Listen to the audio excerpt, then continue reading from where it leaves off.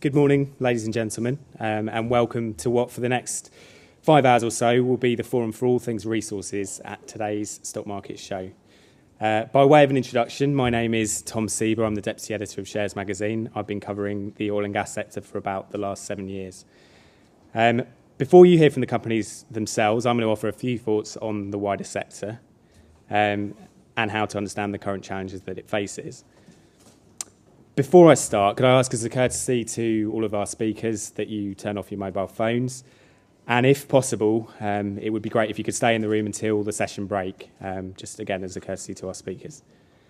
I'll kick off with the slightly boring bit, which is a disclaimer, but I have to do it. So I'll rattle through as quickly as I can, and this applies to all of the companies you're going to hear from today.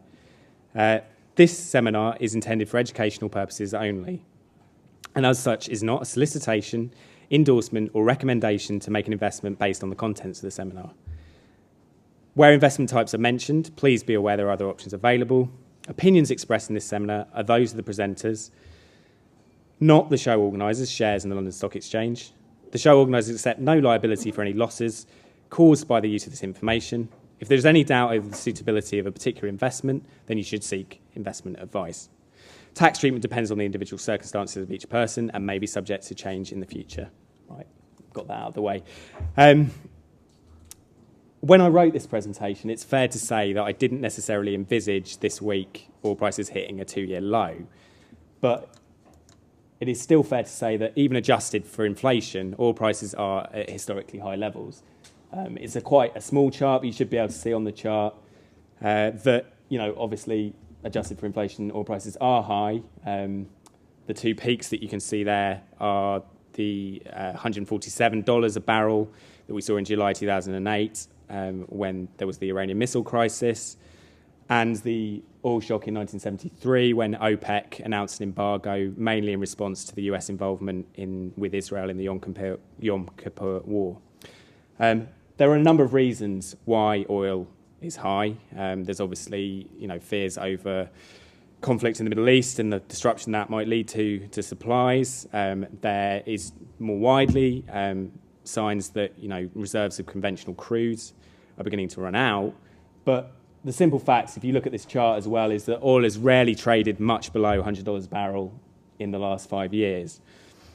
And I think if you talk to an oil executive in the early to mid-90s when oil was trading less than $20 a barrel, that at some point it might be trading at anywhere upwards of 5 times that level, and you ask them would they be able to make money or make a success of their company, I think they'd be rubbing their hands. But in the last 5 years, the E&P sector has performed pretty poorly on the whole. And the companies specifically which explore for and produce this apparently valuable commodity just haven't performed that well. There have been some periods of outperformance, notably in 2010, but anybody who'd invested in the sector wholesale 5 years ago would be sat on a significant loss. Which begs the question, why? Part of the problem has generally just been kind of poor operational performance, with some fields not producing as much as had been promised. Another, and probably the key headwind, though, has been the fact that there's generally been very disappointing drilling results in the sector, particularly in the last few years. The sector hasn't delivered the kind of step change in valuations that people, particularly at the small cap end, invest in it for. And despite valuations being very depressed, there hasn't necessarily been a huge amount or as much as people have expected in terms of consolidation and M&A to spark market interest. That combination of factors and the weak sentiment means it's been difficult for companies to raise money. Equity markets kind of have been off the table. Debt is not an option for early stage projects. And alternatives have emerged, so-called standby equity drawdown arrangements, or CEDAs. But they have a poor reputation because they can often cause a high level of dilution to investors. Often what will happen is the financier will agree to buy shares in exchange for drip feeding money to a company. And ultimately what happens is they tend to hedge that by shorting the stock to make some more money on top of the initial fee. And as more and more shares are issued, as cash is required, the share price goes ever further downwards, and that's caused some people to dub the situation for companies who are reliant on that funding as a death spiral. So, they've not got a good reputation, it's fair to say. The other option is to reach out for industry partners. But the issue here is that a lot of the major oil companies are selling off their assets. It's a flooded market.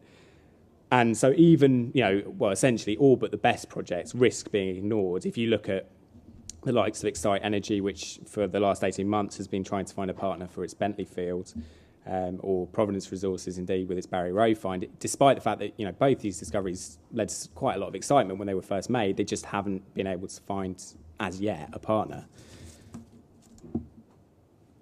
Turning to sort of the way that the market looks at companies and their assets, oil in the ground is classified in a number of different ways. As you can see from the diagram, we've got prospective resources, and these are accumulations of oil and gas that are thought to be recoverable from undiscovered sources. Figures in terms of prospective resources are usually based on perhaps a 3D seismic survey. It's conducted by creating a shock wave, a seismic wave, on the surface of the Earth along a predetermined line, which uses using an energy source. The readings they get from that, they use then to decide where to drill. And, it has improved the strike rate for exploration, but still these figures involve a considerable degree of uncertainty. Moving up the scale one, you've got contingent resources. And as the name suggests, these are accumulations of hydrocarbons that for one or more contingencies cannot be or aren't necessarily a commercial development. And usually this will be a lack of infrastructure. Finally, we've got proved and probable reserves, which pretty much have a good chance of being produced. And at present, many companies are trading even at a discount to the value or estimated value of their 2P reserves. And share prices are certainly not including anything for exploration. Now, given the recent track record, you might say that, that's entirely fair and justified. But it is worth noting that exploration can still lead to significant share price re-ratings. If you look at Roxy Petroleum, which recently had a success with a well testing the deeper potential on its BNG asset in Kazakhstan. I mean, it's increased nearly sixfold from a depressed base, it's fair to say, but increased nearly sixfold since that discovery was made in July. Although it has come off a little bit since that chart was drawn. At the same time, it's fair to say that it can destroy value, and I'm sure if you spoke to investors in Tower Resources, they could testify to that fact. It drilled a well offshore Namibia that was unsuccessful, and you can see from the share price the impact that has had. And there's other examples. Sterling Energy drilled an unsuccessful well in Cameroon, and the various companies that have been active offshore Morocco, despite that being quite highly anticipated, it's yet to really deliver. In which case, that kind of begs the question, what companies, particularly those that have a bias towards exploration, can do in a market that doesn't care about exploration? And that's a question that we at Shares put to the chief executive of Faro Petroleum, Graham Stewart, earlier this year. And his response was that the strategy of the company was to move assets from right to left as fast as they could. And what he means by that is moving assets from the prospective resources category through exploration and appraisal drilling into the reserves category, and then through development drilling, getting that into production and ultimately into cash flow. That, is in some ways easier said than done, but there are shortcuts, as Faro's demonstrated. They did an asset swap deal with their Maria discovery in order to secure access to production earlier. So, they obviously, and then the cash flow that comes with that. And sort of slightly confusingly, but what I'm talking about here would involve moving from bottom right to top left on that diagram. I think ultimately what's required, though, for the sector is generally a change of sentiment, because the market is very unforgiving at the moment. You quite often see good news get very little response, and bad news, companies get absolutely hammered for it. And in that case, it's worth asking what the potential catalysts are for a change in the market's view on exploration and production. Now, M&A activity is one possible catalyst, and there have been some signs of activity, particularly around April earlier this year. There was Heritage Oil and Caracal Energy, but there hasn't really been a steady stream of deals. There's been short-lived kind of outbreaks of M&A activity.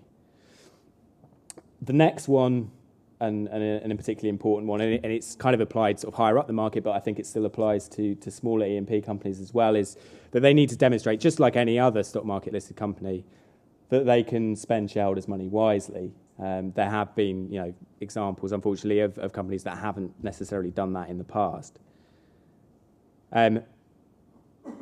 Obviously, production growth would be helpful, and kind of being able to, rather than just having a pure play exploration project, being able to demonstrate that you've got production as well is important.